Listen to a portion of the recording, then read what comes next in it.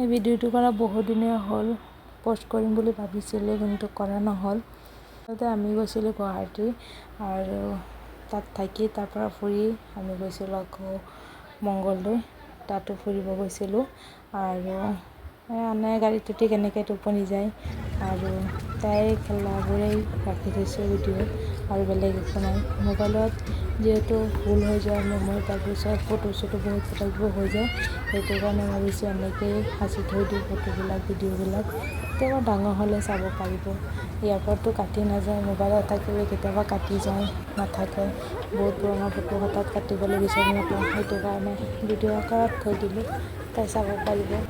তাই কেনেকুৱা আছিলে, কি কৰিছিলে, ক'ত গৈছিলে, অলপ চাবলৈ ভাল লাগিব ডাঙৰ হয়, সেইটো কাৰণে এনেকৈ সাঁচি থৈছোঁ। তাই খেলি আছে আৰু যদি ভাল লাগিছে লাইক কমেণ্ট শ্বেয়াৰ কৰি দিব আৰু ফেচবুকত হ'লে ফ'ল' কৰিব, ইউটিউবত চালে ছাবস্ক্ৰাইব এটা কৰি দিব যিসকলে ছাবস্ক্ৰাইব কৰা নাই।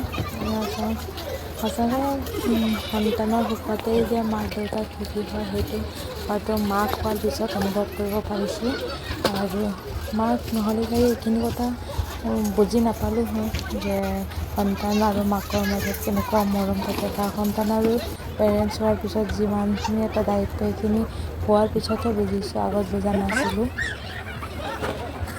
বাপেকৰ পৰা খেলিছে আৰু বেলেগ বেলেগ ল'ৰা ছোৱালী আছিলে, সিহঁতৰ লগত মিলিছে, সিহঁতৰ লগত চাই হাঁহিছে।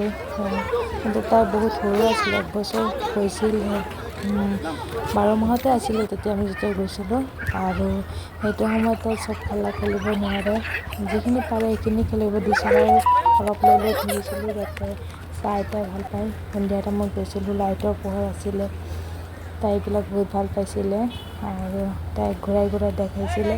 আৰু আমি তাত এই মংগলদৈ য'ত গৈছিলোঁ, এই খাৰখোৱাটোৰ লগতে আছিলে হাজবেণ্ডৰ ফ্ৰেণ্ডৰ ঘৰ, তাতে গৈছিলোঁ আমি আৰু ইয়াত খোৱা বোৱা কৰা নাছিলোঁ যিহেতু আমাৰ ওচৰতে আছিলে, আমি খোজকাঢ়ি গৈ যাব পাৰিছিলোঁ ইয়াৰ পৰা, তাতে আমি খোৱা বোৱা কৰিছিলোঁ আৰু ইয়াত থাকি অলপ ঘূৰি আমি গ'লোঁ আলহী ঘৰত, তাত অকণমান সময় থাকি আকৌ তাৰ পৰা ৰাতিয়ে বেক কৰিলোঁ আৰু এনেকৈ সাঁচি থলোঁ। আৰু আলহী ঘৰত দুইদিন যোৱা নাই যিহেতু টাউন হৈ যাব, এনেকৈ সাঁচি থৈ দিছোঁ, তাই ডাঙৰ হ'লে চাব পাৰিব।